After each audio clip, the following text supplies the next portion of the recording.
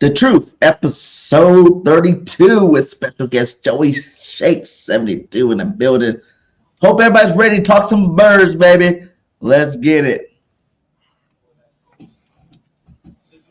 Going on, everybody, man, and welcome to the very first episode of The Truth, where not all Eagle fans agree on everything, and this is definitely the spot where this shit about to go down. Oh yes, able. Oh yes, I'm stable. Oh yes, no label. Oh yes, you know me. I have only the best. I'm lonely, but damn, I'm going.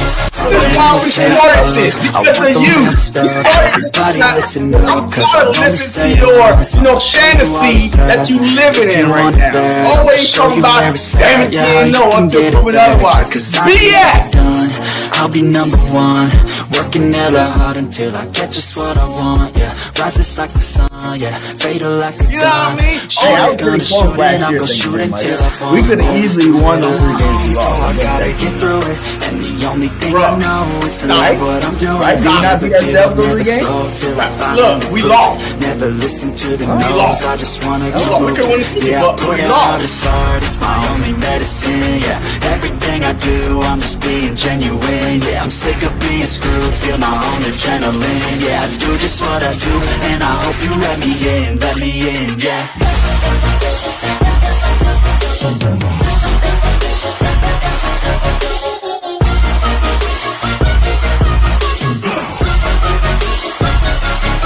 I'm grateful, oh yes, able, oh yes, I'm stable, oh yes, no label, oh yes. Yeah. What's up? Hey, last time I put the wrong intro on. Just sorry about that last time. I just realized that when I watched the replay. I was like, man, I had the wrong intro on. But we got our intro going today. Welcome to episode 32 of The Truth. How's everybody doing today, guys? How you guys doing today? I'm good, man. I'm just, I was late today, but it is what it is. I apologize for that. But, yeah, The Truth is a good title, man, because all I speak is the truth. Nothing but the truth. Yeah, that's what I'm talking about. That's all that matters, dude. I don't sugarcoat nothing on this. But Hey, that means that me and Joey is about to game. You know what? Pause. You know what I mean? Hey, we're about to go against BIRDGANG. You know what I mean? Because All I speak is the truth now. people, some All I speak is the and, truth. and you saw it in the intro. Oh, we would have went 17-0, but we only lost 4 games. Well, then, goddamn it, we wasn't 17-0. But hey, I'm happy to have you here, man. So let's go. Yeah.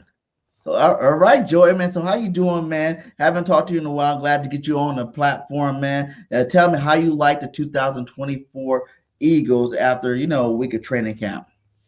Yeah, I mean, we haven't been through a week yet. First, we got in full pads today. I mean, everything's, kind of riding on the coaching staff right now. I mean, I think we're trying to get the bad taste out of our mouths from last season after that horrible collapse we had and knowing the reasons why. And hopefully with all these familiar big changes that we have now that things will come to fruition, hopefully. So I think we've drafted great. I think we brought in the right players at specific positions. It looks like during these training camp practices, offensively, things are looking very diverse.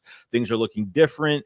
The wide receivers are having more freedom. Jalen Hurts is really close with Kellen Moore now, and kind of taking what Hurts did good with Hurts did good last year, incorporating that into the offense this year and adding a lot more new flavor with Kellen Moore and hopefully a lot of things changing and Vic Fangio is getting the guys that he needs and the full pads are on now. I for me during training camp when it comes to no pads, I can't put too much into defensive linemen. I could put more into maybe coverage and things like that, but I can't wait for the cornerback, the cornerback competition, how deep we are right now and what they're doing with Bradberry. There's just so many questions regarding this team because I think specifically there could be another couple moves this year, but before the season starts. But I can't wait till we actually hit another team in another jersey, get into these preseason games, seeing how they're going to, do that because we really need to gel very well together. Hopefully these guys get more playing time, but I feel good. I feel comfortable. I don't feel we're panicking right now. I feel like we're going in a good direction. It's really just what the outcome is going to be.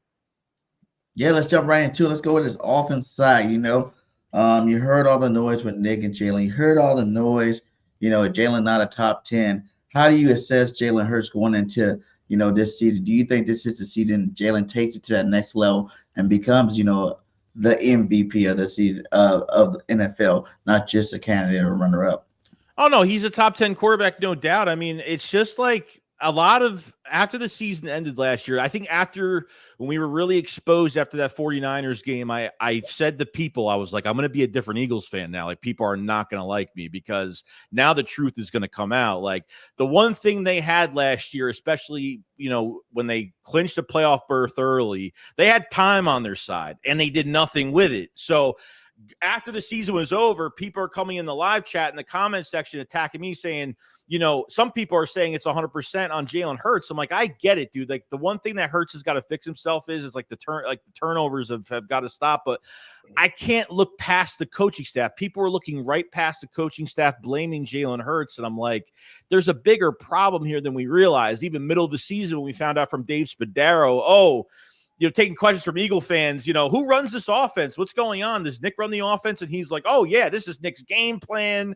You know, like what is Brian Johnson doing? What is his job necessarily? Like, there was, and the problem with this coaching staff was Nick couldn't give the play calling over to anybody because there was no experience. There was nothing around him. There was a lot of, you know, these first time coordinators, you know, these assistant coaches that are too young, never really had too much pressure on their shoulders. I mean, I can't ignore this coaching staff. I know we saw what Jalen Hurts can do, okay? And obviously last year, those ugly games that we did win last year, they played like shit the whole entire year last year. I don't care what anybody says. We tried to put it in the back of our minds. Let's give it another week. Let's give it another week. You know, winning ugly games is good, but doing it every single game, like, defenses would adjust to our offense. The cover zero blitz killed us last year, and Nick never adjusted to how defenses adjusted to us. You know, 10 plays in a playbook. I mean, very vanilla. Substitutions were so obvious, and when we substitute a player, it made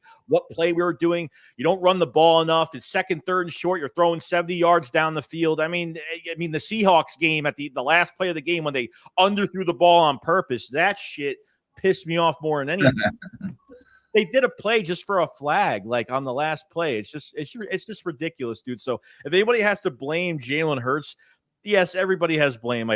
I get it, but 11 offensive coordinators, come on now, and his whole career is absolutely ridiculous. Like, this has to stop. So hopefully, I feel good about that. We're going to see him better than 22. We're going to see him at higher form this year. So yeah, look, I agree with everything you said, man. But I think that last year, the biggest issue was the defense. Our offense finished top 7 in the league, right? If you're a top 7 offense, you at least supposed to look better than that you look up throughout the whole season. But the defense was just pathetic all the way around. I mean, Bradberry in and out the lineup, Slay getting hurt. I mean, it was just like the 10-1 start. We all was like, oh my God, this is the season. All right. And this is revenge season. But the grind was for real, though. I mean, coming back double digits 6 times, twice to the Commanders, to the Bills, the Chiefs, the Cowboys. Man, I forgot one more, but I mean, we had to come back and fight every single freaking game from go. It wasn't never a blowout anywhere in sight. Our guys was playing deep into the fourth quarter because our defense was just so out of sync. Had players playing out of position.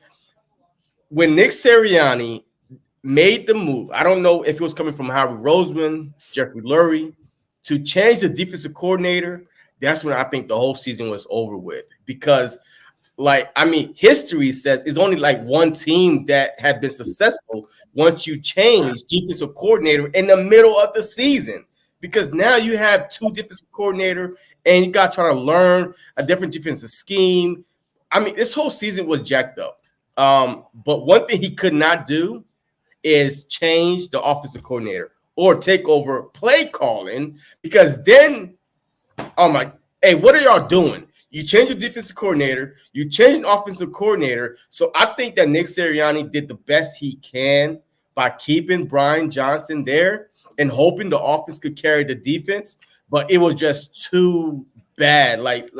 Overall pathetic that the defense was that bad that the offense couldn't even keep up anymore. I mean, you gave up 31 to the we was up 17-0 to the Cardinals.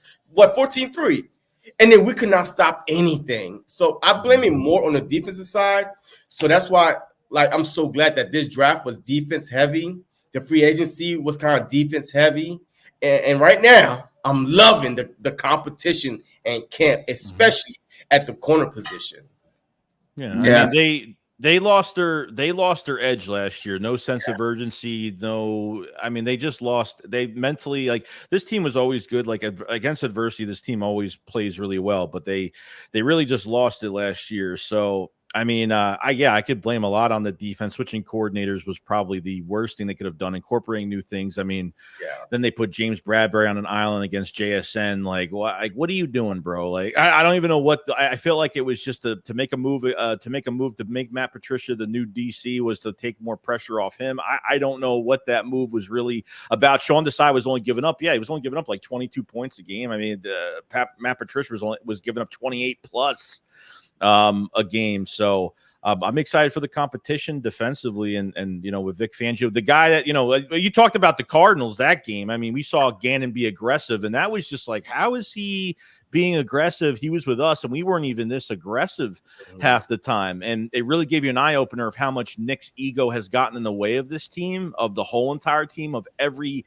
little decision that's being made, and it really showed. So this camp is very important. I feel like a lot of blame gets put on, you know, the defense, and I do think that was the worst mistake, you know, Sirianni could ever made, was doing that. You know, because it's like he gave up on his coaches. He gave up on his players playing the scheme. He gave up on everything. As a head coach, you got to ride that out to the end of the season. You know, if you want to switch your defense coordinator at the end of the season, go ahead and do that. But I think that was really, you know, that really split the locker room and split the team up. You know what I'm saying? People didn't have faith in what he was preaching anymore after he did a move. Because to me, that's like kind of cowardly. You know, we were 10-1 when you made the decision. I don't care how bad you think the defense really was. If you think about it, our offense was handcuffed by Nick Sirianni, you know, handcuffing Brad Johnson on the plays he's going to call, how he calls the plays to the point where it wasn't really explosive. It was like vanilla offense coming over and over again, meaning we kept giving the ball back to the offense, you know, 3 and outs and whatnot. So it made the defense stay on the field a lot longer than what they're supposed to be. So it's kind of like you said, like everybody got to take a little piece of the blame, but I think it starts with the head coach, Nick Sirianni. And I think that's another reason why him and Jalen might have had a beef towards the end of the season last year. That was, you know, Brad was one of his, you know, longtime buddies. You know, they grew up together, blah, blah, blah. You know, but he just knew the whole time that, you know, he would Brian Johnson was being handcuffed the whole time, and he got the boot at the end of the season instead of giving these guys a second chance, like giving them Desai, you know, a second chance, you know, for back to another season could have been beneficial. You look at what happened to JG his first year, and then JG his second year. We had one of the best defenses ever, you know what I'm saying, in Eagles history for sure, with 70 sacks or whatnot. So, you know, there's a lot of blame to go around. I'm glad that, you know, we finally do got some stable, you know, veteran coordinators in there, and I can't wait to see what it does. So far, what Caleb Moore's doing is looking great. Did Brian Johnson get a coordinator job? I think he's a quarterback coach at Washington. Yeah, he's the quarterback coach for the Commanders, actually. He's a quarterback coach, not even a coordinator job. Yeah. Yeah, so you already know, like, everybody knew the situation and who had all the control in this offense. Like, I don't get how you game plan for a team and you're not even literally involved on game day with game planning. Or this is why KC is as a good example of, you know, keeping your play calls in-house. Okay, keeping what your team does good in-house. Think of it. KC has had the same DC for the last, 5 years? They've had the same play caller since Andy Reid's been there. I mean, everything stays the same, but obviously minor tweaks and changes. That's why you have to look at this year and say, hey, if the Eagles are this successful, like, you don't want to get into a situation where they can't block Kellen Moore from getting a head coaching job after this year. They can block him from getting the same job, but they can't block him from getting a head coaching job. So that's kind of scary. You know, you got to keep everything in house and keep everything that you're good at doing. And, you know, it's everything's riding on Sirianni in a lot of different ways. I mean, I think Sirianni makes himself look like he's doing things this year, but I honestly don't think he has. I mean, yeah, he's in meetings, but look at the draft, the war room. Like, he wasn't even like sitting with it. He was out. He was on the left panhandle of the screen. He was outside the screen. Like, you could see it. Like, he wasn't even really involved. in the discussions until like he got on the phone with the players. Other than that, that's really it. So I think Sirianni's on a short leash, but you know, it's going to be interesting.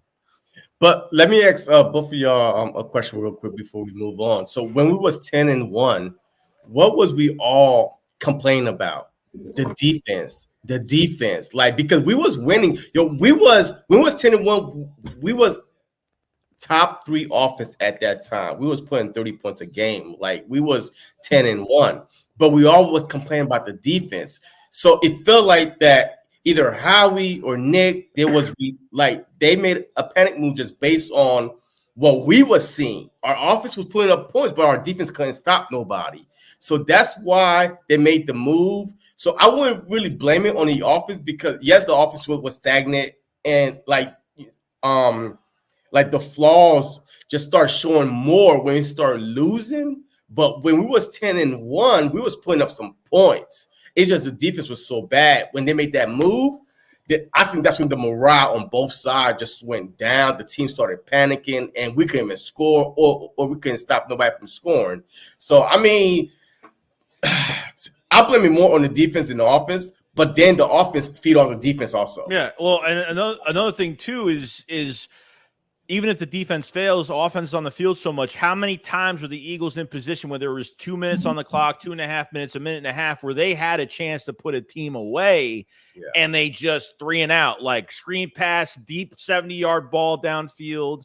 You know what I mean? Not running the football. I mean, did you notice with DeAndre Swift, like every time he had a big run, like there was just momentum, there was juice with the offense, and they would sub him out and they would put Gainwell in, and then everybody would know what Gainwell's going to go out for a pass, or it's going to be something really stupid. They made things so predictable. It's just changes drastic. Now, I didn't think that many changes were going to get made this offseason. I thought, coordinator or 2 is going to get changed, but a lot of the assistant coaches, they brought a lot of experienced assistant coaches, but experience in general, that's the one word I think about what they hired this year.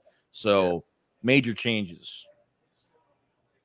Yeah, man. Even with that, I remember a lot of games last year, you know, like you said, the beginning of the game, Swift would be tearing it up, and then he has to be sitting out for a whole quarter or two, you know, where they're not even giving him the ball, and again, and then you'll see him again come late third, fourth quarter, get the ball, hand off some more. Like the Eagles, I don't know what they were doing last year. You know, hopefully they change that, because we definitely got a new running back in the building, and that's Saquon Barkley, baby. I told everybody, don't want to believe me. I remember we started talking about what's a running back we can pick up, and I was telling everybody we need to go get Saquon Barkley, baby, because he will be a game changer, and we got him. You know, that's why, BIRDGANG speaks the truth all the time. It's only because that Howie decided to go against everything Howie believes in. Don't draft cornerback in the first round, right? Don't pay running back. And so far this offseason, that's what it's been. Like, go get you a linebacker. Nope, we don't value linebackers. So he literally went against everything that he been preaching, believing since we know Howie. In this offseason, look, okay, BIRDGANG, you was right for one time. I apologize. Yeah. Oh my God. I'm right lots of times, but that's not the point. You know, tell me about Saquon, man. How do you feel about Saquon joining this team? What kind of impact do you think he's going to make on this football team, Joey? Yeah, I mean, when I remember we were talking about just going to free agency, I remember me and Philly were doing a stream one day, and we were like, what if the wild card move is just getting Saquon from the Giants if they're not going to pay him? Like, why wouldn't they do that? I think this is time where they actually pay a running back. Would I expect them to pay a running back $12 million a year? No, because the Eagles never do that. But just lining up Barkley in the backfield is going to put another defender in the box, which is going to create a big play from one of these wide receivers, whether it's play action, whether it's whatever. The pre-snap motion is going to be crazy this year to keep the defenses on their heels a little bit. But you have a 3-down back this year. I think he can get over 1,200 yards. I think he can have 3 to 600 yards, 3 to 500 yards receiving. Because these running backs are going to be, they're going to be in the receiving game this year. So I think he could do almost anything, especially with this hip tackle penalty rule now. And we're probably going to get a lot of those this year. So I think he's a perfect fit here. I'm hoping he stays healthy. And I think the whole world, I don't think anyone really cared where Saquon Barkley went. I think the whole world really wanted to see him just go to anything better than the New York Giants at this point. And the contracts were really close. Now, they didn't really technically, Joe Schoen didn't offer him a contract. We saw Hard Knocks and how horrible that went. After that phone call, Saquon was pretty much done. Like, hey, I want you that bad. I want you a Giant for life, but we're going to let you walk into free agency and test the market since we want you that bad. It makes absolutely no sense. Promise me you're going to. Back. Promise you can call back. It's like us it's like us doing that to Devontae Smith or AJ Brown when their contracts are up. Like, you just let them walk and then say, yeah, just come back to us with an offer. Like, fuck you, dude. I'm not coming back with no offer. So I think he's got a big chip on his shoulder. Obviously in the NFC East now, facing the Giants twice a year.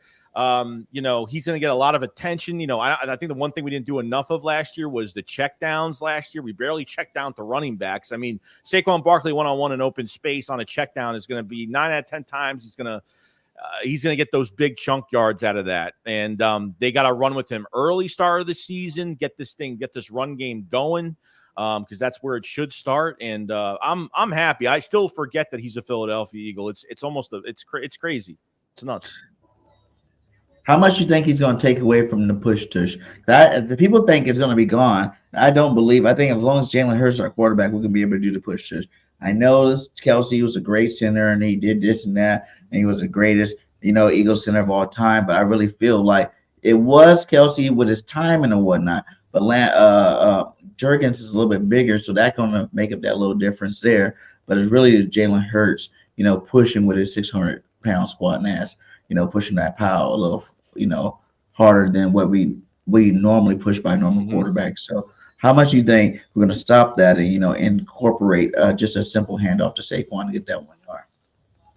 I think he'll still be involved. I mean, do I think we need it? No, because I just think Jalen Hurts, I don't think he's going to get hurt on that play, but you have guys that are piling on each other all the time, and God knows what's going to happen, during those times. So, I mean, I think they're still going to do it, but I think, let the offense work around Jalen Hurts where he doesn't have to put himself in that situation all the time. I don't, unless you really just, if you feel like using it, I feel like they are going to use it a million times. That's just me. I don't think it's unnecessary, but I think they should maybe cut down on a little bit and actually put some more play calling into it. Yeah. I think probably. Hey, I think, look, they might even have Saquon Barkley as the quarterback during that time, right? You know what I mean? Like, he could squat as much or not more than Jalen Hurts. So, I mean, look, it's a long season. Don't put your quarterback in bad situations. We saw last year where a team was pulling Jalen Hurts' face mask, like by the face mask. The ref is not going to call that. Because they're worrying about, okay, did they get in? Did not get in? Who's offsides? You know what I mean? All that stuff, and they can't see the dirty play that goes on underneath that pile. So, I would not put Jalen Hurts in that situation. If it's 4th and inches, like boom, okay, do it. But if it's like 4th and 1, 4th and 2, hey, if you're gonna go for it, use your quads, right? Barkley, your legs. Hey, just give him the ball. I mean, if you're going to do any play with the quarterback that involve, a sneak or anything, just use the Wildcat. Go back to the Wildcat, right? Which was before the brotherly shove. What was the Wildcat? Like, teams had running backs lining up behind the center and trying to trick teams. And then we came up with the brotherly shove, just have the quarterback and then just try to move the pile. But, I mean, I think that we're going to go back to the Wildcat move more than anything. Yeah, no, I agree. I mean, they should definitely, red zone wise or just short yards, they should do different things, whether it's end arounds, whether it's just little, grabbing specific wide receivers, maybe Covey as a 3rd down receiver or using John Ross or whatever, it's just different things, give everybody a different look. What Kellen Moore has already said that whatever the defense gives him, he's going to be adjusting constantly, which is a great thing. So he's a micromanager and that's all we want, really. We don't want anything basic. We don't want anything just boring, same old stuff, and hopefully big changes. So, you heard the big boys in our team say they want the ball, goal line situation. Mailata, Jordan Davis, and Jalen Carter all said they want the ball, goal line situation. Give them a handoff or two. They didn't really want to play fullback, but they wanted to get the ball. What do you think about letting either one of those guys, get the handoff? Are they too valuable where they're at, or would you actually try it from time to time? No, I mean, if they feel they have, I don't think they're gonna do it with every guy, but one of them maybe. I mean, I thought the Saquon Barkley one made more sense just because of his lower body and he could jump and he could push the pile really good. So I think it'd be safer for Saquon Barkley to do that. But if they want to give it to one of the big boys, that's perfectly fine. Like, it just depends who they really trust. I mean, I don't mind it as long as it's successful and it's not screwing anything up. I'm fine. Different look. Nice. You hear about all the motioning that's going on. These receivers are getting open a little bit more often. You're hearing, Smitty in the slot a lot more than he's normally in the slot. How do you think that's going to shape out with, these guys? Do you think there's a chance that Smitty, not AJ, can be like the leader of the receiver room this year? Just because of all the attention AJ is going to be getting from being a number one receiver. Yeah, I think with the pre-snap motion, it's going to get specific guys open. But the thing with Kellen Moore's offense is he doesn't leave any type of he doesn't leave any strand off the field, like of the the talent that you have. Like, he doesn't waste anything. He doesn't ignore position. Like Dallas Goedert gets hurt last year, they just ignore it. Someone gets hurt, they completely just don't trust who's the backup. But I think with the pre-snap motion now, and I loved it. There's crossers, hot routes. I mean, I loved the press conference. I was like, man, I just love hearing these words. And the wide receivers seem to be more, free being out there. It just seems everybody is excited. It definitely opens up a lot for the talent you have. The talent only gets you so far, and that's what the example was last year. The talent gets you so far. And, we got lucky in a lot of games because of, opposing teams' mistakes, and we capitalized on that, which all that matters. But we've used pre-snap motion probably 95% of the time in practice. And that's, if it's 95% of a new playbook with maybe a couple things they'll keep from last year that him and Hurts will keep. But yeah, this is huge. It's a huge diverse of plays. It's great. Who do you think wins that number 3 receiver battle? I know everybody wanted Anais Smith, but he hasn't really done nothing so far. He's been hurt. Even when he hasn't been hurt, he's having to drop C's or whatnot. Everybody say Paris Campbell's in line for that number 3 spot, which is rightfully so. He has a connection with Nick Sirianni or whatnot. But I think, Johnny Wilson is playing some good ball. John Ross is playing some good football right now. Who do you think really is going to, or who do you think, which two you think going to lead the way at that 3rd and 4th receiver? Because they said it already. I don't think there's going to be one 3rd receiver that gets all the reps. I think that 3rd receiver spot is going to be rotated in depending on down and distance.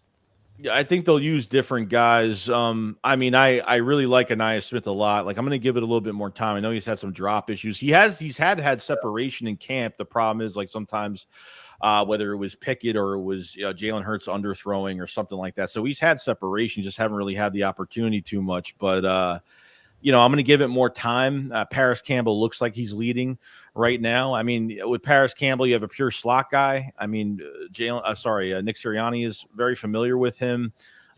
He almost retired. After being with the Giants last year. He almost did. And Howie Roseman called Paris Campbell and said, hey, we think you're really hungry, chip on your shoulder. And that's what he wants. He wants guys with a chip on it. Maybe a guy that has talent and didn't, had a bad year. I mean, with the Giants, everybody has a bad year. I mean, anyone that's on that roster did absolutely nothing. We all know this.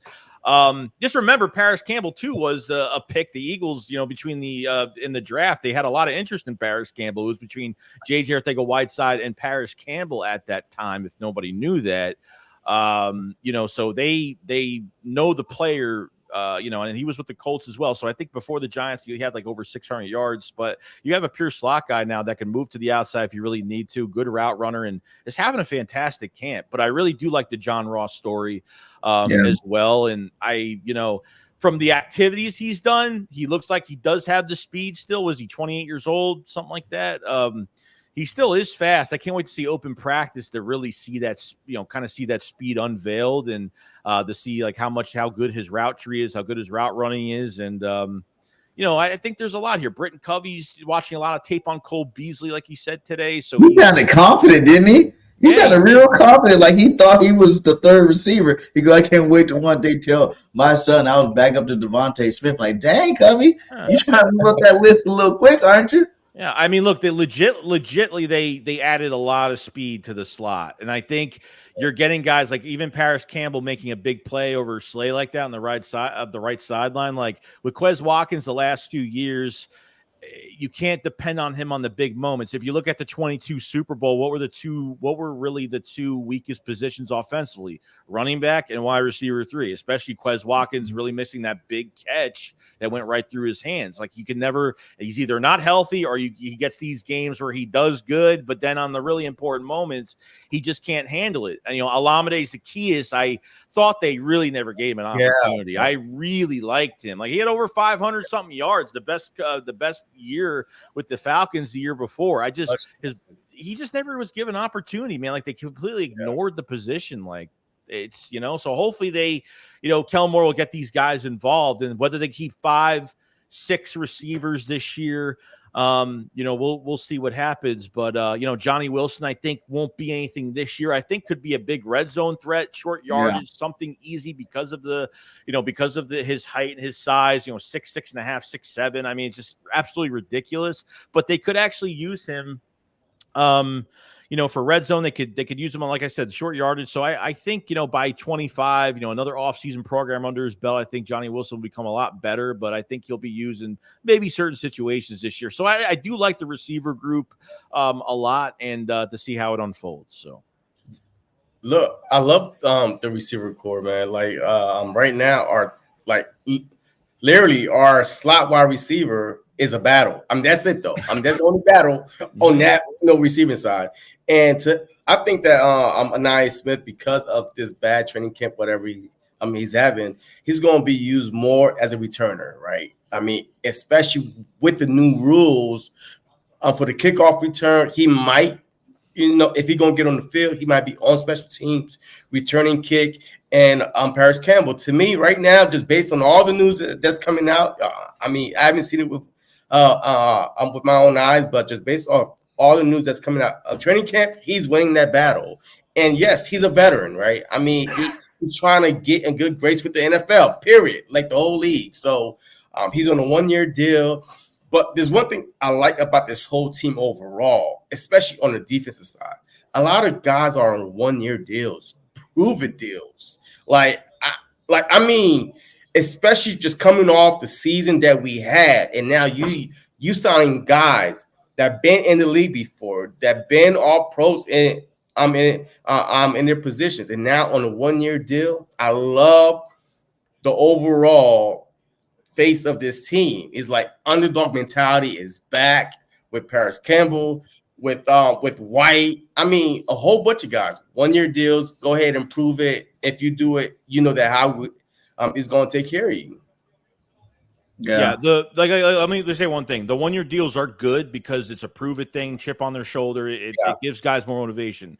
The bad thing about it is when he does it when HOWIE does the 1-year deals way too much, I feel as if it's he bandages up a position because he didn't draft a certain linebackers. You know what I mean? What if Zach Bond? What if Devin White plays out of their minds this year? Like the only two people you have multiple year contracts with is Nakobe Dean. That's pretty much excusable at this point because there's no availability. We don't know if he's good or bad, but he got hurt 3 times, two times on IR already. And obviously Trotter Jr. has a lot in front of him right now. We're rooting for the kid entirely. So those are the only 2 players you have on multi-year deals. And you have Devin White and Zach Bond on 1-year deals. So we play fantastic. You got to resign one of them. There's no playing around with this craps anymore. You change your philosophy on paying a running back. You change your philosophy on a couple things, which is great. We're starting to change our ways a little bit. But now it's time that linebacker spot, if you find a gem, you got to pay somebody. It's got to happen. Maybe after 1 year, they won't get paid that much because there's not a plethora of, not like Devin White has had, last year didn't really do much. So you're not going off of another great year, but maybe it will be a little bit less money. But obviously with the way the team, how they handle their contracts, the way how close this team is, and it seems like not guys take pay cuts, but guys want to help the team more than themselves. They love Philly. Yeah, like we got guys that love to play for Philly, that want to be in Philly, that have the mindset of the Philadelphia Eagles players, fans, like a Philly period. And this is what this team is about. it's like, I mean, even on Devontae Smith, you know, like today, what's that like that lady that interviewed him? Oh, K Adams. Her name, yeah, K like Adams, yeah. yeah. I mean, yo, a lot of these guys, yo, you took a chance on me. I'm gonna reward you by not go deep in your pocket. Just give me enough, but don't try to lowball me now. But just give me enough for me to be able to stay. You know, and I think that's what these 1 year deals are. You know, like Devin White. You know, everybody done wrote him off, right? Yo, this dude is a Super Bowl winner. Like, you know what I mean? Pro Bowl. Like, he was one of the best. All pro like, too, right? All pro. Yeah. And nobody wanted to sign him. So he can affiliate on a 1 year deal. So I love it. And I can't wait to see it. Brandon Graham last year. I mean, it's so much storyline on this team going into this season where you cannot fumble this. You cannot fumble this at all. Jalen Hurts having a great camp. I mean, everything is, here we go, steady, steady, steady. Now let's go and show the league what we are about. Yeah, I really think some of these 1 year deals, that's one of the reasons why Howie hasn't spent all the money we have left. I think we still got $26 million somewhere around there left. You know, I saw something, right? Hey, we have the 8th most cap space going to next season. Think about it. I know for a fact that White's going to ball out this year. You know, just because he had one down year, like you said, he was considered 2 years ago the best linebacker in the NFL. You can't go from being the best linebacker in the NFL to being trash, period. You know, like he came out and said, you know, he got in his feelings. You know, he let some of his emotions control his play last year. He was the lawyer instead of the player. All this blah, blah, blah. At the end of the day, he says he's happy and he's ready, excited to play football again. He's going to let the business side of it take care of itself. And when you got a player with that skill level, you know, coming out here saying things like that, I feel like he's going to do nothing but prepare back to being one of the best linebackers in the league, you know, this year. Devin White's wanted out of Tampa Bay the last couple of years, so he already had the mindset he was already wanting out, you know, but keeping Levante David over Devin White is like, you know, you're keeping a 33, 34-year-old fucking linebacker over Devin White. That really says a lot. So I think Devin White got hurt during the Eagles game, like 2 or 3, whatever it was, and then he sat out for a while, and then someone took his spot, and then like he just never came back. So I don't know what happened behind the scenes, but this is a perfect spot. 25, 26. Yeah. I mean, come on now. This is the perfect moment. And honestly, you know, Zach Bond might be just a really good scheme fit guy. I haven't seen that guy move from that first linebacker spot at all. Yeah. First team, I have not seen them move one day. It's been Devin White, Zach Bond, Devin White, Zach Bond every single day of training camp so far. But when you talk about the contracts as well, you know, you're not like Justin Jefferson trying to strangle your franchise for as much money as possible. Because that Devontae Smith deal went the way it was, I was shocked. If you asked me last year, someone asked, like, are we going to have both of these guys? I said, no, it's never going to happen. There's no way they're going to pay both of these guys. But I don't know the mindset of Devontae Smith and what he thinks. Like, Devontae Smith is not a flashy, you know, show-off, materialistic type guy. Very to himself and open his mouth when he wants to. You know, a loophole of like, you know, you had Devontae Smith for 5 years. I forgot how much it was. It's not much, but 5 years counting this year, a 5th-year option next year is a loophole year, like for $15 million, and then 3 years after that. It's absolutely amazing how they got these contracts done. Like the culture is real, and people they'd rather take less money for other guys getting paid, and that's why AJ Brown got the contract he got, most likely because of Devontae Smith taking that big cut. So it's amazing, dude. Yeah, even that he had offers from other teams that was more, but he took them to Philly. So like some of these guys, you just love the culture. Yeah, I mean, yes, you can say that the Philly fans are blah blah blah, but the players, like, if you come here with the right mindset, like, yo, yeah, look, we're gonna love you, you know, cater to you, whatever, but they understand the mission. The mission is to win. Like you don't want to go to a place that celebrate losing. Oh, we made it to the playoffs. All right, that's a good season. No, we want to win more championship. That's the goal. So if you sign here, that's the first thing on your mind. Like, what is driving you? Like, I mean, what is, you know, I'm driving you to, like, what is your why? why do you want to be here? You know what I mean? So that's the biggest thing. That's why you resign your homegrown talent, like guys that you draft here that have a high skill set, that are fantastic players. You always want to resign those guys, and those guys will be here the rest of their career. Like I know, like AJ Brown made me like when we trade for AJ Brown, I was really excited, but then I was like, all the crap that happened with the Titans, and I didn't know like how, you know, when his contract was up, I didn't know what was going to happen, but they were able to get another deal done on top of it. So I think AJ Brown has literally erased what the Titans have done, and he's acting as if he's been drafted here. Like, and he's really the connections he's had, obviously, with being best friends with Hurts, and you've never seen this before. It's just really weird, like how the connections that you have, and obviously the relationship with him and Devontae Smith, and yeah, it's just great. It's fantastic. Want to talk more about the defense, but I want 2 more questions on this offensive side. One is, who do you think is going to be the second tight end on this football team?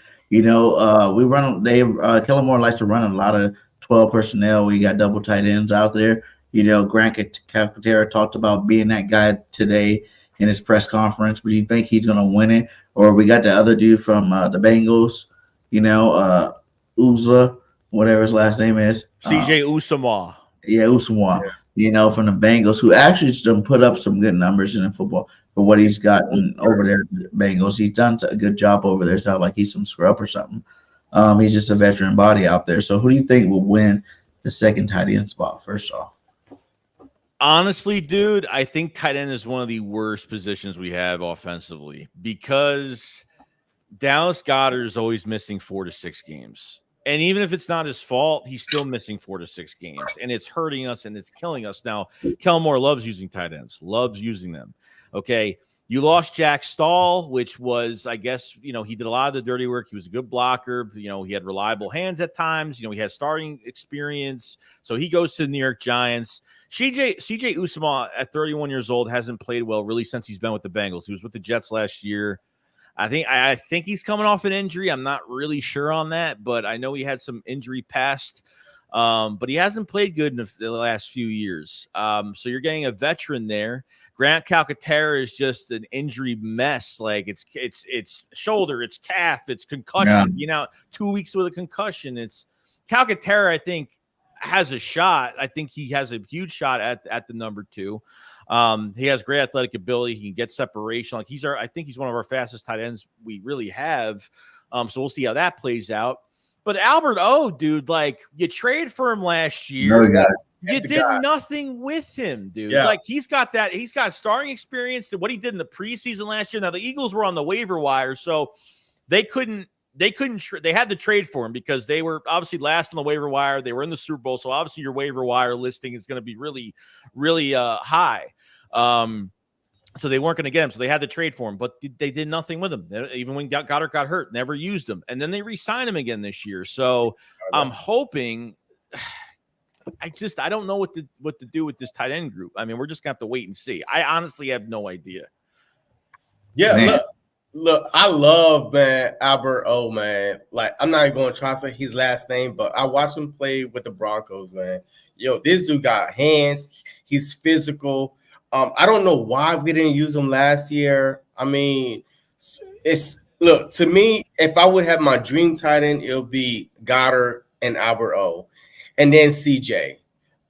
A Grant is a good story, you know what I mean? But to me, those are my 3 tight ends on the roster. It's CJ, Albert O, and I'm Dallas Goedert. And I think that we could do some damage, especially in the red zone with Goddard and Albert, and you know, that wide receiver, Wilson. No, that's our wide receiver.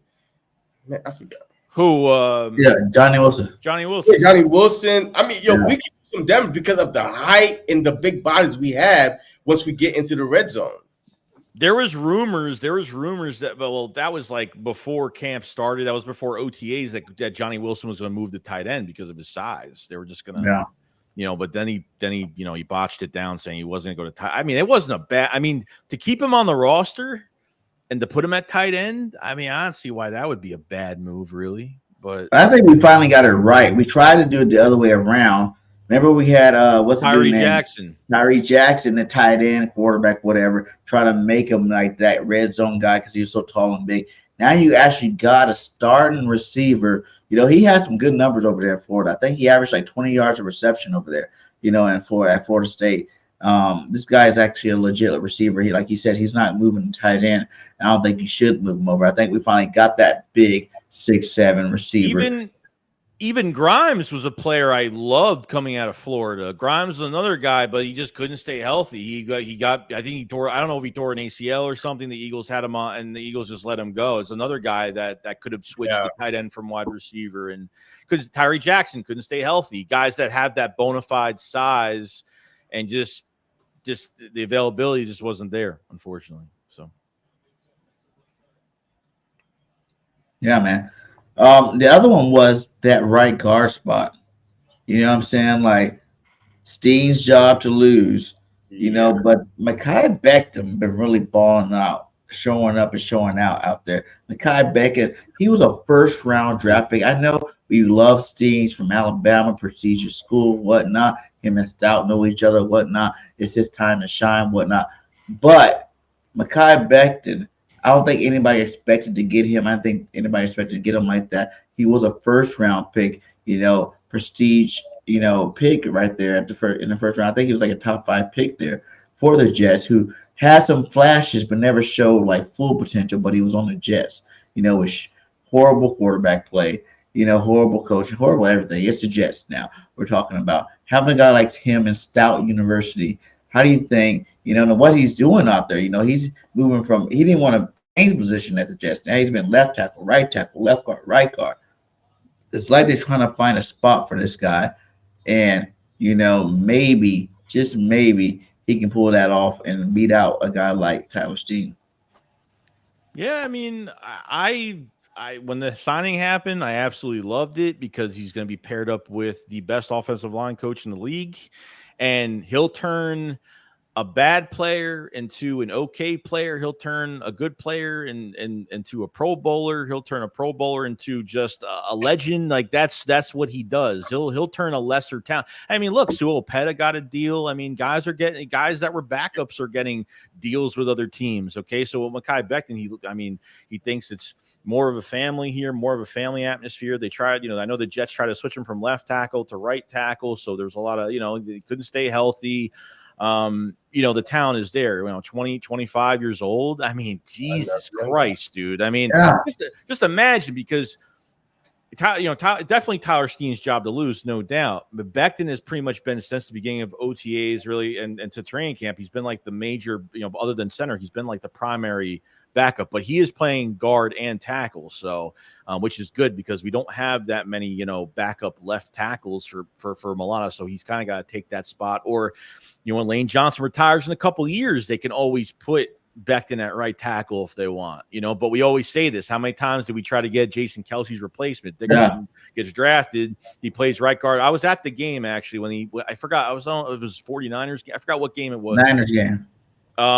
When he went in for Brandon Brooks, he didn't play well, and then he went to the left side, and that was really it after that. So I love the Mekhi Becton. I think he's going to start this year. I just have a feeling, man, it's going to happen. I feel it too. I think he is going to start over Steen for some reason. But like you said, like it would be beneficial if you don't have him start. You go ahead and give Steen, if he earned it, you know what I'm saying, you go ahead and give him that start. Because like you said, it's going to be another 2 years, maybe Lane Johnson's done. I know Becton's still young and he wants to play now, but you groom this guy. You never know with injury or whatnot. You know, you probably get playing time that way. You know, blowouts, you'll get playing time that way. Maybe you save him to be Lane Johnson's replacement, because say Lane retires in 2 years, he'll still be 27 years old, you know, and he'll be fully polished by then. And you can just slide him and plug and play right then and there, and he'd be Lane Johnson next to Steen. Lane Johnson replacement next to Steen and Jurgensen moving forward. Yeah, I think. Oh, go ahead. You're good. No. I'm about to say, I love the right guard battle right now. Steen, look, man, he probably just sitting there, just sweating his ass off right now because, yo, that dude look good, man. Yo, you see him bullying. Yo, I don't know who that defensive player was. I mean, he's moving him like That's a big dude. Our offensive line. Imagine our offensive line with Mariota, Dickerson, Cam Jurgens, a little bigger than Kelsey, but not. Experience matters. And then you got Beckham, and then you got Lane Johnson. That's out offensive line right there. A top 5 off the bat. And now it's all about Saquon Barkley behind that offensive line. Imagine, like the possibilities of this offensive line with this offense overall having this line. Yeah, it's gonna be a show. I'll tell you that. Because I think for guard right now, it's going to be between Steen and Becton. Obviously, Dylan McMahon is going to be a backup or probably the practice squad most likely. And Trevor Keegan, I think there's some upside to him. I know he's been hurt a little bit. He got hurt yesterday. He came back today, and then he was hurt during like OTAs and minicamp a little bit. But Keegan's another guy. Didn't give up a sack for Michigan, national champion, 3-year starter. Vocal leader. And there's a lot of people asking about Cam Jurgens going to that center spot this year, and everyone's like, oh, we have an upgrade. I was like, no, we really don't have an upgrade over Kelsey. You'll never have an upgrade over Kelsey. All I want Jurgens to do is, obviously the talent is there. Really, we need him to do is just be himself and not try to really fill the shoes, but he needs to be his own person at that position. And I think we're getting a solid player. Do we have an upgrade over Kelsey? No, but he's going to be a solid player for us. And obviously he's got to stay healthy too. He was out a couple games. I think he was out a couple games last year. I'm the offensive right guard is perfect. I think they have perfect depth. Whoever starts is going to start. And I think they have good depth behind it. I think they're going to be set. I think they're going to be perfectly set. And no, he's not going to beat Kelsey now, but who knows? Mm-hmm. Before Kelsey, we had another favorite center. There'd been Hank Franklin, Jamal Jackson. Now we've had some really good players. And that's why I told everybody the Eagles has always been pretty good at when legends step out, they have that replacement ready, sitting there ready to roll. So I think no matter what, we're going to always have a new legend at different positions. Moving forward with this offensive line. That's just what we do. We build from the line first, and then we move on from there. So whenever it gets too low, I think the Eagles organization retools it and restocks it to the point where we got. And if they can't draft somebody, definitely go out in free agency. Yeah, well, here's the thing. It's like when's the last time the Eagles went out in free agency and got an offensive lineman? And people are like, that's a good thing. That's not a bad thing. I think what was the last offensive line we paid big money to? Brooks? Maybe. I mean, I'm not a re-sign candidate. I'm talking like from another team, offensive lineman to the Philadelphia Eagles on a big contract. Yeah. Oh, was Evan Mathis on another team? No, I don't know actually. I don't think we drafted Evan. I think it was Brooks and then for that JP. Okay. JP from Buffalo. Yeah. Yeah. Exactly. Yeah. So it's the production and the drafting has been really good for a while, and the offensive line has been good for a while. And obviously when guys retire and I know Kelsey's body isn't in great shape, and I think it was pretty bad. I don't know. I wasn't a big fan of him retiring. I understand why he did it. I understand his body's not in great shape, and I get it. You get, all year you're dealing with stuff. I get it. But after that collapse last year, I felt really bad because I'm like, man, we got Saquon Barkley now, and we can have Kelsey right in front of this thing. But I think we're going to be perfectly fine. The good thing is Cam Jurgens had a lot of playing. He was a starter last year. Thank God he wasn't like a redshirt player last year and just sat back and whatever. But even 2 years ago, even last year, Kelsey had the orthoscopic surgery in his elbow when really Jurgens was supposed to play guard in the offseason, and then he actually played center because Kelsey wasn't going to show up until the first week of the season because he had the orthoscopic surgery. So if Kurt Jurgens with the first team is not playing, if he's he's always playing center, whether it's the second team last year, whatever. So he's always in that spot, get him ready, get him prepared. So I feel really good about him. I feel good. He's a tough player, man. He comes from a family. He does a lot of track and field stuff. We saw the videos on that, and a relentless player. And he's got, as I guess undersized you can call him, but he's going to do really well. I have a good feeling. Yeah, well, I know we gotta get you out of here, Joey, but we got a couple more for you. I Hey, owe, hit I owe that, you some. I owe you some time. owe you like another 10 minutes, so it's fine. okay. I owe you like another. Hit that like, hit that subscribe, no matter what platform you guys on, man. And make sure you go check out Joey Shakes. Let's go to the defensive side of the ball, man. Mm. Jordan Davis, Carter. What is your expectations for those two guys? Because I really think this is a year. Finally, I think we're like what 2 years late on the what they call them Philly Dogs showing up and showing out. 2 years late, but I think this is a year those two for sure stand up and show out this year. Yeah, I mean, it really starts with Jalen Carter and Jordan Davis. Like when it comes to defense, it starts with both of them. Jalen Carter, I'm not really worried about. He's been pushing people. I mean, I think he's going to have an all-pro year this year. I think it's going to be a monstrous year from him this year. Jordan Davis is really the biggest question as the nose tackle going to his previous position now. We're all hearing all this great news about him losing weight and looking leaner and looking fast and all this. And even from camp, hearing that he's getting pressure. And even the big surprise last year when I thought he was just going to be just a run stuffer last year, the man was bringing pressure last year, which was fantastic. Yeah. Chasing Josh Allen to the sideline and passing out, that's the type of energy you're getting from him. But hopefully that motor is a lot better. This is the third year now, so if he doesn't have a fantastic, I'm not looking for a big sack year or something like that, but I want him to be disruptive, hold his ground, not get moved around too much and see what happens there. I mean, with Vic Fangio's defenses, with his defensive lines, I think they were top 10 against hitting quarterbacks, top 3 in pressure. So he knows how to handle that. I think this is really the first year where the Eagles have actually put more assets into their secondary more than their defensive line. It feels weird to me. Like, I don't want to say the defensive line's bad because we're going to be talking about the edge rushers and all that and some of the other dudes. But I feel like there's just been a lot more put into the second. Every year we're always like, oh, look at the rotation. We're so deep at defensive line. I don't think we're as deep as everyone thinks we are. There's a lot of uncertainty this year with the defensive line and a lot of players leaving after this year too. And we're putting a lot of stock into players that really haven't shown much.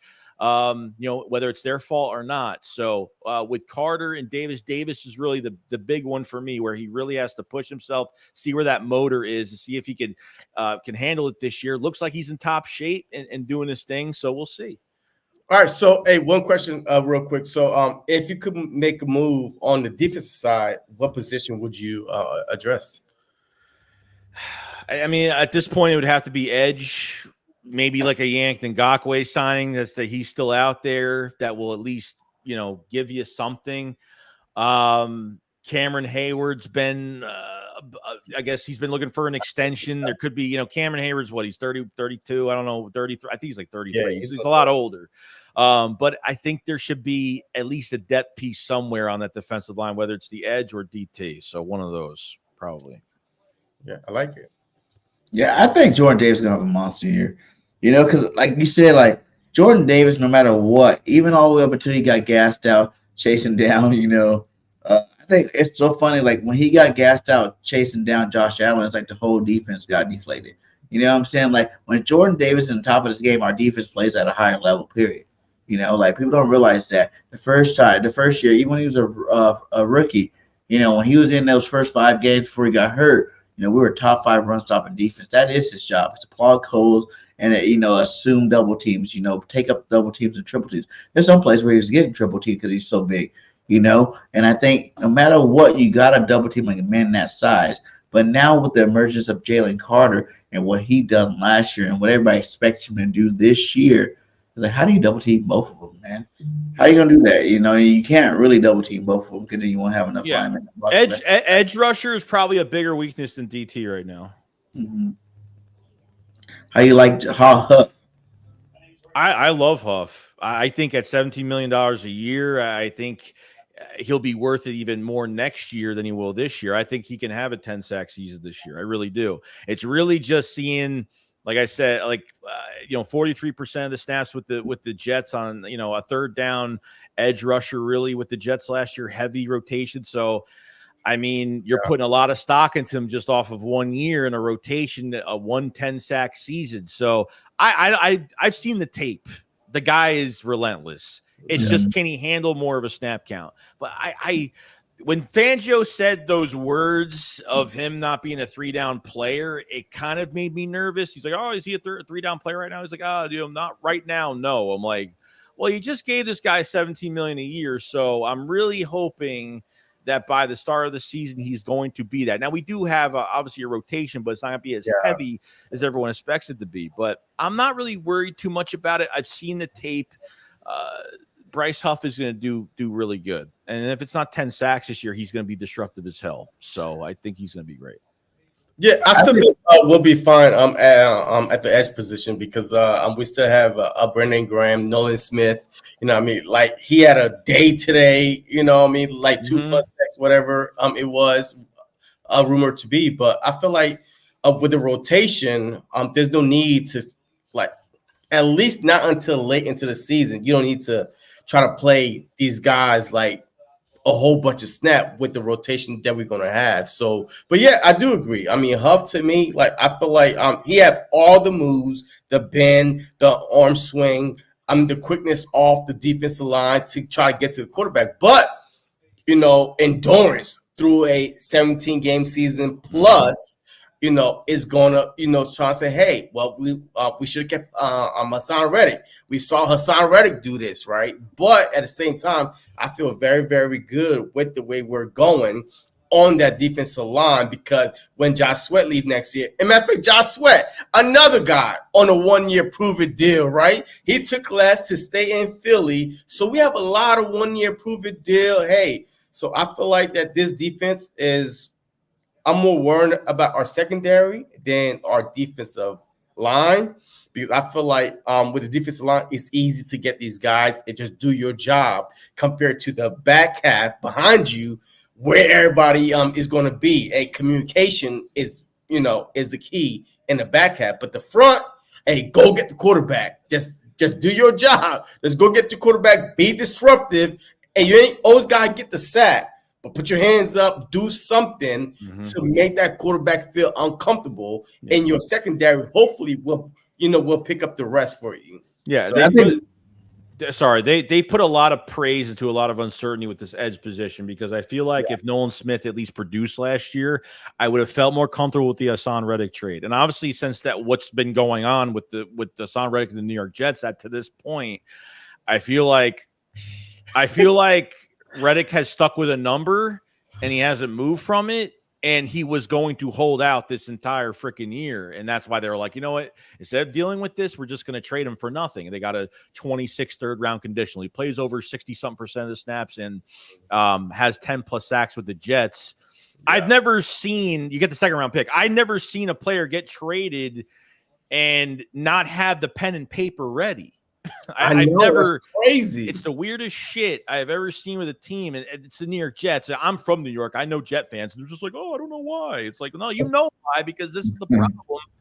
This is what you guys do all the time. Didn't talk to the head coach. I'm like, what? He went to the complex and was meeting all the players, and all of a sudden he doesn't sign a deal. I mean, don't you when you visit the team that day, you sign your deal? So what happened? So it feels like we did, Reddick, unfortunately, is a streaky player to me. Like, he's a good player, but he's very streaky because 1 month he'll have 7 sacks, another month he'll have nothing. And his pass coverage is horrible. Like, he can't fit into the scheme. That's why I hate this scheme. No, you're right. You're absolutely right. And that's why they was comfortable with not re-signing him and letting him go, because we saw when Matt Patricia say drop back, he was like on national TV. I'm like, something like this. Hey, where they go? Nobody around him. He was just lost. So I agree with you, Joey. Even with that, you got to realize even Hunt.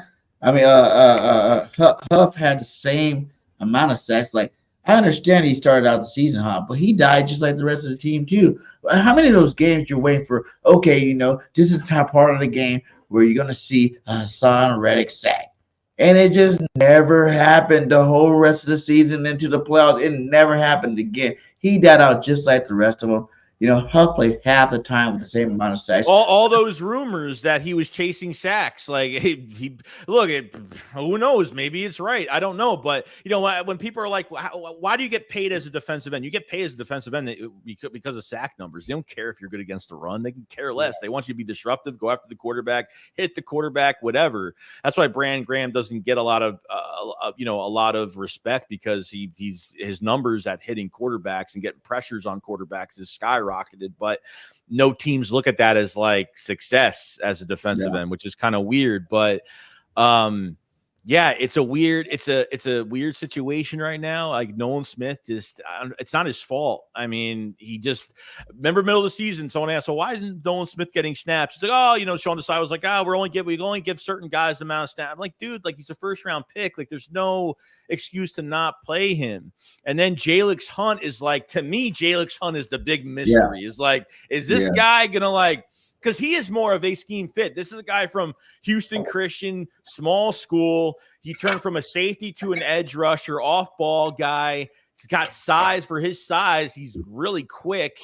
And, apparently Nick Sirianni named the 3 relentless players, and Jalix Hunt was one of them on top of Nolan Smith. So, I mean, Jalix Hunt, I mean, do I put so much on a third-round pick as a role player for this defense, going into this season? Probably not, but I just have this feeling like Jalix Hunt is going to do some good things. I'm not saying he's going to have an all-star year, but as from a coverage to a going after the quarterback standpoint, a nice balance.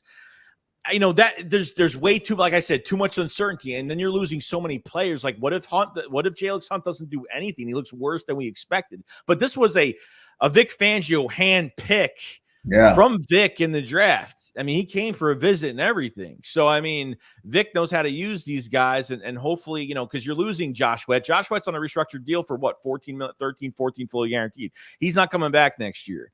Okay, it's unfortunate, but that's just the truth. Brandon Graham's going to retire. We all know this.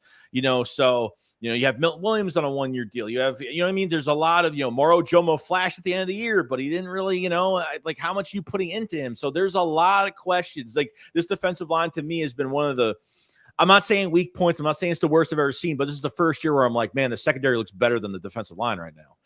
And in a lot of ways, they put more into that secondary than ever. So I'm just hoping the rotation's good. They maybe add another player and we'll see what happens. So speaking of the secondary, who do you think is going to win the battle? Let's keep going back for Ringo, Elijah, then you got, Quinyon in the slot trying to do his thing, Who do you think will win this battle, man? It's been a close. Every day it seems like they're picking a different guy to go opposite of Slay.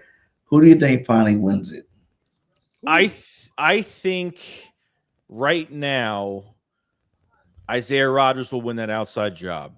And I'm only saying this because I think we don't know, because look, at the end of the day, we're waiting on, I'm taking Sidney Brown out of the equation because he's got to get back to being healthy. This is going to take almost a whole year. I got to take him out of the situation because coming back from an injury like that in a useless game late in the season, you don't want to rush a guy back like that. So most likely he'll be on PUP list when he goes into the season, miss 4 weeks, and they'll probably throw him on IR the rest of the year. If he's not ready in those 4 weeks, get his body back. It's a lot to come back from an injury like that. Cooper DeJean, is a huge difference. Now, Cooper DeJean, 3 weeks, right, with the hamstring injury. We don't even know when it actually happened, but if it's technically 3 weeks from the first day of training camp, he will be back the week of August 11th, which he misses 1 preseason game. That's it. He can come back for joint practice. He can come back for 2 preseason games. So that's that's good. I think Isaiah Rodgers will get the outside job. Keely Ringo, I think he's been leading the pack at that job right now.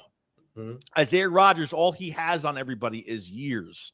And you have a starting cornerback there that could play that and be a kickoff return specialist. So I think they've all been doing so well, it's really hard for me to say.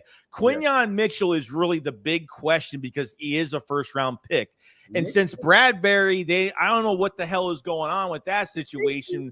I mean, I would have to think they're going to get rid of him. They already got rid of Bradberry was starting safety, opposite of No, CJ. it's being a second safety a second team safety at that salary makes absolutely no. I mean, $10.5 million, dude. You're putting him as a backup safety. No, he's gonna be the starting safety over Blankenship. No, he's not. Hey, BIRDGANG. Hey, go outside, man. I'm telling you. I said this a long time ago. That's why I made the bet with you. No. If you're gonna move him because you got all these cornerbacks and you're gonna pay him this much money, there's no way. I don't think the Eagles are gonna get rid of him. Because like you never know what all these cornerbacks. For one, there's only one proven cornerback, that's Darius Slay. That's it. All the rest of these guys are suspect.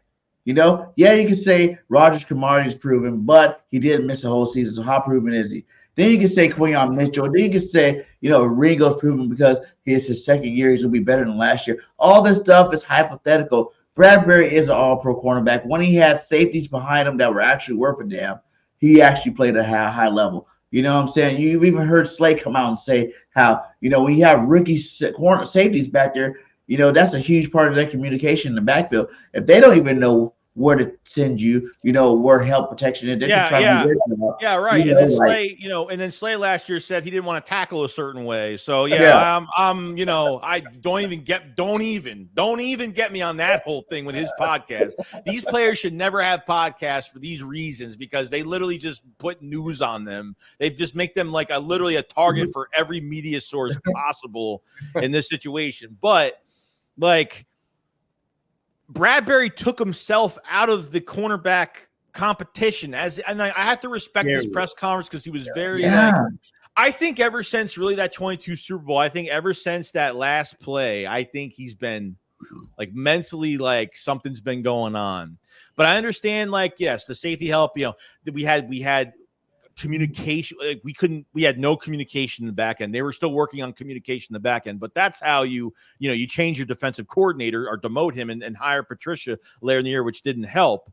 But I think Quinyon is going to be in that nickel spot. I think from what it's looking like right now, I think that's where, and then like I said, next year could change, but as of this year, they just have to, Isaiah Rodgers is too valuable right now. And he's got a lot of experience over the other guys. And I love his attitude. And Quinyon Mitchell hasn't been getting burned by guys 10, 15 yards. He's been perfect coverage. They're, by a millisecond, he's losing if that's the case. Him and A.J. Brown been going at it even today. We got full pads on now. Now, like, the defense feels more motivated to be extra physical and do more things. And he covered A.J. Brown on one-on-ones, 2 out of 2. One was a pass that Jalen Hurts didn't even throw to A.J. Brown because he was well covered. The second pass was a one-handed touchdown by A.J. Brown, but he was already out of bounds. Yeah. So Quinyon Mitchell is getting the work in right now. And when Cooper DeJean comes back, Cooper DeJean needs to be a Swiss Army knife. He should not be at one position only. I think they should use Cooper DeJean on a game-by-game basis of what the offense is showing you on specific matchups and use him in that regard. I think you're totally weakening him by throwing him in one spot. Now, we don't know what the Eagles were going to do because between OTAs and minicamp, all they've been doing is been outside, inside most of the time. Okay. They haven't thrown him at safety yet. They haven't put him anywhere else yet. You know what I mean? So, because really nickel is still a weak position right now. You lost McPherson last year. Then Maddox got hurt again. They were rotating. Eli Ricks can't play the inside. Keely Ringo can't play the inside. There's only certain things you do. So they get Tyler Hall. They have some depth there. They have speed. They have a lot of hybrid players this year that can play multiple positions. Yeah. So that's really good. But I think it's going to be Isaiah Rodgers on the outside, Quinyon Mitchell on the inside, DeJean being that move around type player, game to game. He'll get a lot of playing time, and obviously Slay at your number one corner. I think that's how it's going to go. Keely Ringo, I think once next year hits, whether Slay, they'll either trade Slay next year, or if he's going to retire, he just retires. They will, that spot will be open, and Keely Ringo potentially could be the big number 2 in Philadelphia. We'll see. But I love it. I mean, I love all the talk of corners because this is a really, for the Eagles, it's a very rare situation. We don't have that Malcolm Jenkins piece that's bandaging up your defense and moving from spot to spot to cover up your weakness, which, I thought Ronald Darby wasn't bad, and obviously Jalen Mills wasn't, I think for where he was drafted, he played really well in his career in Philadelphia. But, they weren't high-esque, the scheme, the defensive line, everything really helped that secondary entirely. So this is the next step to this whole thing is when you have all this depth at corner, the number 2 step is I hope that coaches don't fuck it up. That's really right. That's why when Quinton Mitchell is not getting much playing time, it pisses me off. When they're not putting him with the first team outside corner, it was really pissing me off. But now they really started to put him on the inside a lot. So he's been playing dime, he's been playing inside, outside. I think it's exciting. It's really exciting. Worries me a little bit, but exciting. Is this the most talented CB room the Eagles have ever had? It's a question. I got a poll up on my channel, and 77% of you guys out there said yes. Yes, this is the most talented CB room ever for the Philadelphia Eagles. What do you guys think about that? And if not, what CB room did you think was a little bit more talented? Like, I like the whole, leadership, Sheldon Brown, early and Brandon. 2000s. Yeah, I mean that's. Yeah, I mean, the problem with this scheme is you're basing it off of like, what if the scheme sucks this year? What if Fangio completely shits the bed this year? Yeah. Then all those players for this say that the Eagles say, all right, well, after 24, we're going to change into 25, we're going to be more aggressive. And then the players that were meant for this Fangio scheme are not going to work out. Then they're going to take those guys out, put more, you know what I mean? So I think you should fit the scheme to what players you have on the team, then forcefully grab players that you need for your scheme. But I'm not taking down anything they did in the draft, because I really the past few years they've been getting best player available. They haven't been getting draft picks. They haven't been drafting guys for analytics. They've been drafting guys for who's the best guy on the board, and you got to go grab them. So, I don't think Fangio is going to fail. I'd be shocked if it was that bad, because I don't think it could get any worse than it did last year, really. So, I think there's a lot of good pieces with the pieces you already had from last year, and he just has to put it all together. Like you talk about the best secondary. Well, it depends on Vic Fangio and where he puts these guys. Like, you set these players up to fail, which last year, how many times were these players set up to fail? The back end communication, they were still working on back end communication at the end of the year. The soft practices, I mean, the soft practices lead to soft games, soft mentality, and that's what that team was. After 9-1, that's what they were, and unfortunately, that's what happened. So, yeah, I mean, look, hey, just to keep it sweet and simple, I feel like that Rodgers will be on opposite of Slay, Mitchell at the nickel, Ringo is a backup to whichever. I mean, if something would happen, to Slay or to Rodgers, Ringo is ready to go. But as far as the safety position, Gardner, I see him as a Malcolm Jenkins to me, man. You have to be roaming all over the field, because Reed Blankenship, unless you're trying to, put Chauncey Gardner back there as a deep safety, you have to have that guy that been in the league for a while, that knows, that could read, that could dissect, that could just, trust his gut and be at the spot when the ball is in the air. So I definitely JC, do you fight with Eagle fans of Reed Blankenship? Is he Brian Dawkins or something? Because because I don't know, a lot of these Eagle fans, I don't know what the whole thing is. I think when there's finally some type of productivity at a position, they feel like that player is and I like Reed. I think he's a solid player, but I think his back end coverage is really bad. I think as a contact in the box safety, he's really good, but as coverage wise, I think he gets turned around. He gets turned around way too slow. I mean, his fluid body movement and coverage, I don't think it's fantastic. And I don't know, people put him at a higher standpoint. I don't know why. I'm not saying he's bad. I think he could start this year, but I feel like because where's the safety competition behind it? Who are they competing against? Because really, that's Gardner, why Bradberry could start over Blankenship. Oh my God, you and this Brett, stop, man! You can't hate on Bradberry just for 1 year, man.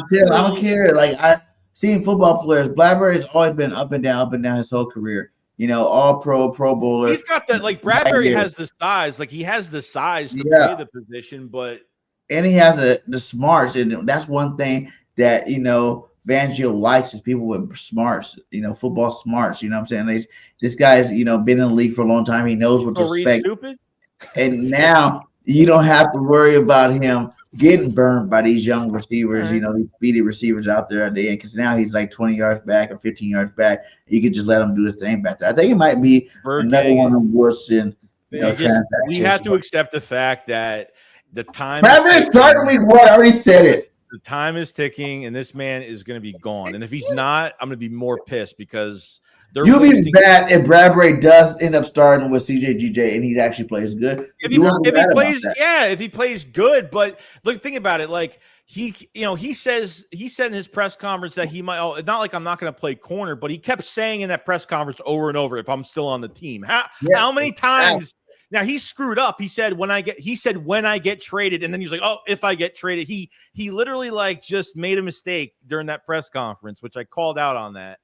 And yeah, dude, like it's just not. I'm sorry, but I'm sorry. That's all I gotta say. It's just not.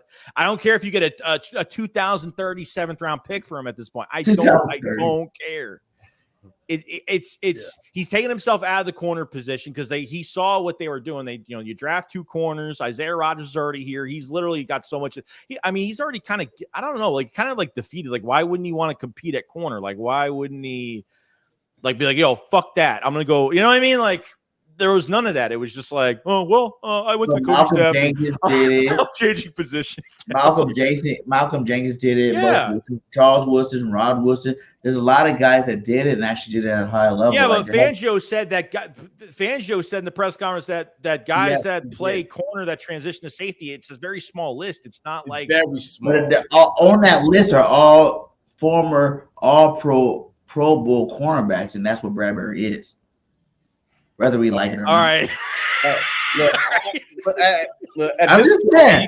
All right, move on. Hey, look, just real quick. Hey, if Bradberry is not safety, he's off this team. Mm-hmm. Yeah. Vic Fangio said, what did he say? Exactly what Joey said. Hey, there's a slim amount of people that transition. Oh, one reporter was like, yeah, there's a lot of people that transition from corner. He was like, who? He said, no, there's a slim, maybe one or two, but there's not a lot. Hey, don't fool yourself. You know what I mean? So, look, Bradberry is either on the team as a cornerback or he's getting traded. He's not going to make safety. He's asking Reed Blankenship, hey, Reed, come here. Even Reed said it. Oh, shoot. It's awesome because, a couple years ago when I was a rookie, I was asking him, and now he's asking me, get off the team. You're not on the team because you're not asking them nothing. But, look, I'm done, Bird Gang. Hey, get my money ready for my jersey. Hey, I'm done, too. Bradberry's going to be starting safety. You guys are both going to be sitting here like, dang, Bird Gang told me this.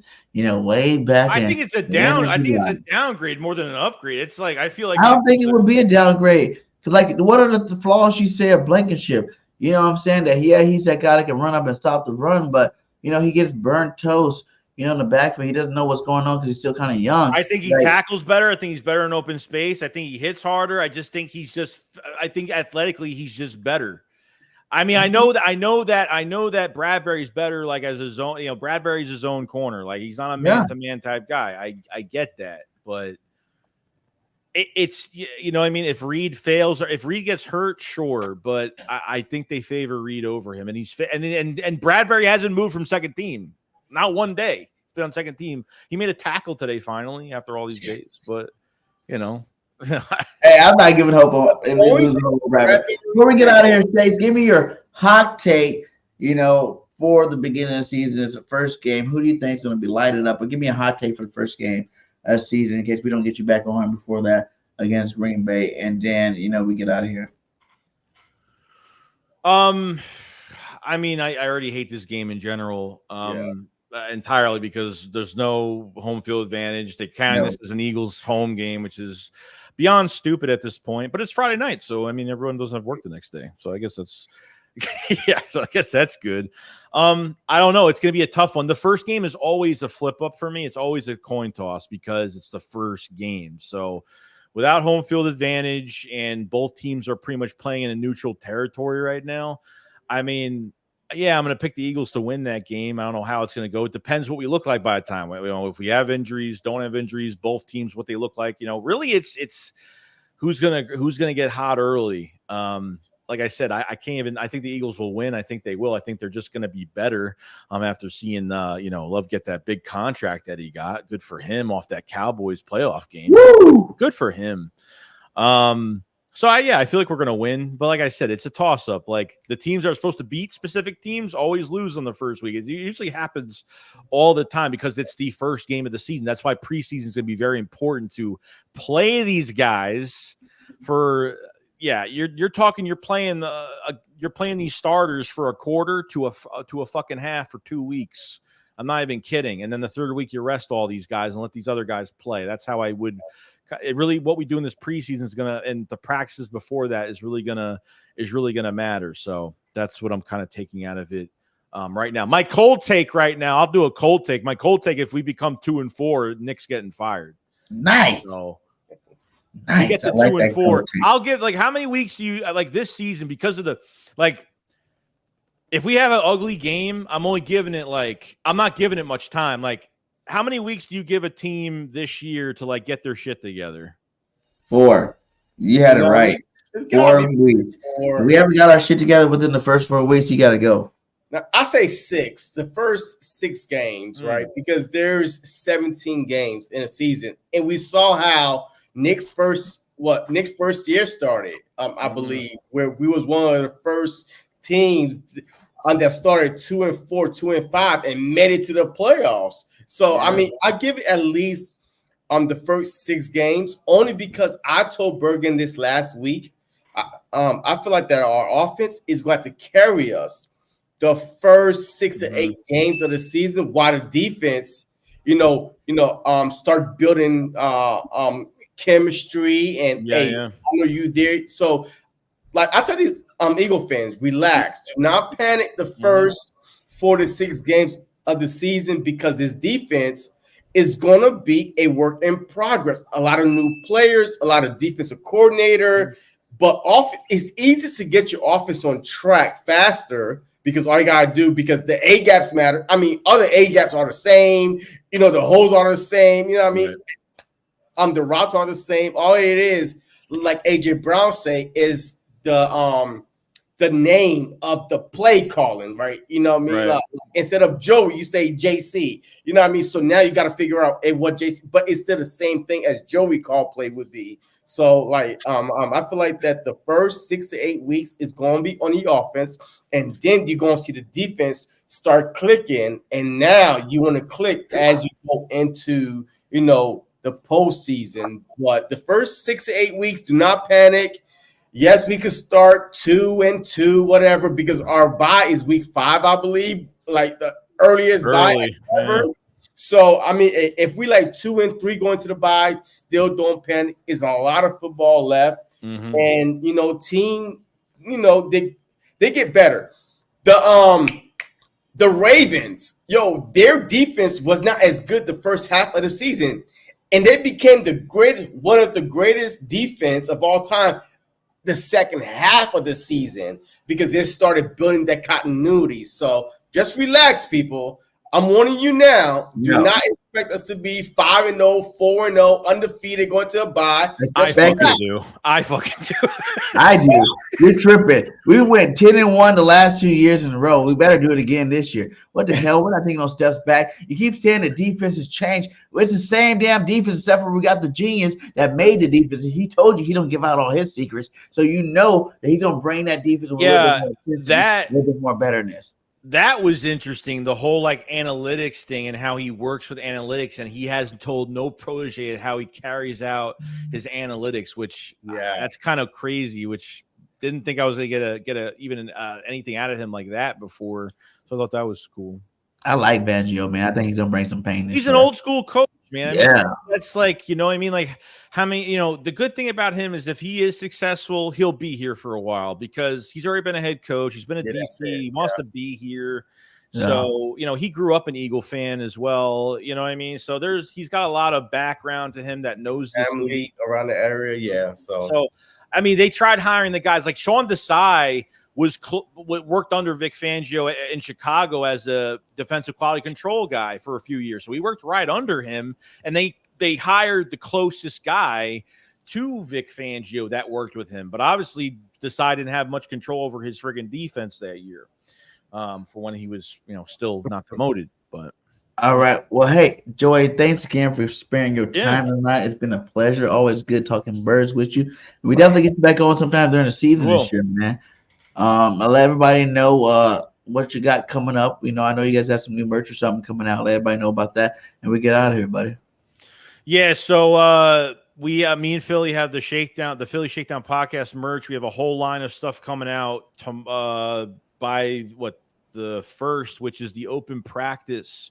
We're live streaming the open practice, live reaction of that whole thing for a few hours or an hour and a half, whatever it is.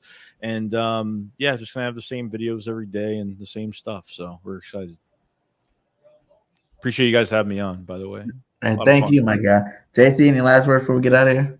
Hey, man, look, patience, man. Look, I don't care what team we're playing. They have more continuity than we do, at least on the offensive side. This team that you're about to see is going to be a team that hovers around 500 and get hot. Yeah. What? And then going to the playoffs and then surprise people. I just feel like that we are putting too much stock because of our name, the players, AJ Brown, Devontae Smith, Jalen Hurts. We should have no struggle. But it's a brand new offense, brand new defense. Just be patient. We may not put 30, 40 every game, but we're going to fight through, and then we're going to break out towards the back half of the season. So just be patient. They better have a game 35 plus. They better have a game 30 plus, because I'm telling you right now, last year, not one game last year like that. And I don't know what the hell JC talking about. Hovering above 500. Be patient about all this. We can lose in the beginning bullshit. We better not lose at all in the beginning. It's even better than we were last year. We started out 10-1. I want to go fucking 12-0 before I even think about a losing. If you want to be realistic about the situation, like we said, talent wins football games.